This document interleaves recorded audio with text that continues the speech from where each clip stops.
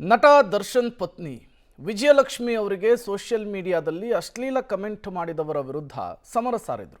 Police ಠಾಣೆಯ ಮೆಟ್ಟಿಲೇರಿ 18 ಅಕೌಂಟ್ಗಳ ವಿರುದ್ಧ complaint ಕೊಟ್ಟಿದ್ರು. ಇದೇ ವಿಚಾರಕ್ಕೆ ಸಂಬಂಧಪಟ್ಟಂತೆ ಪೊಲೀಸರ ಇನ್ವೆಸ್ಟಿಗೇಷನ್ನು ಈಗ ಕೊನೆಯ ಹಂತಕ್ಕೆ ಬಂದು ನಿಂತಿದೆ. ವಿಜಯಲಕ್ಷ್ಮಿ ಅವರಿಗೆ ಸೋಷಿಯಲ್ ಮೀಡಿಯಾದಲ್ಲಿ ಕೆಟ್ಟ ಕಮೆಂಟ್ ಮಾಡಿದವರ ವಿರುದ್ಧ ಸೈಬರ್ ಕ್ರೈಮ್ ಪೊಲೀಸ್ ಠಾಣೆಯಲ್ಲಿ ಎಫ್ಐಆರ್ ದಾಖಲಾಗಿತ್ತು. ಕಮೆಂಟ್ ಮಾಡಿ ತಲೆಮರೆಸಿಕೊಂಡವರಲ್ಲಿ 6 ಮಂದಿಯನ್ನು ಪೊಲೀಸರು ಈಗ ಬಂಧಿಸಿದ್ದಾರೆ, ಜೈಲಿಗಟ್ಟಿದ್ದಾರೆ.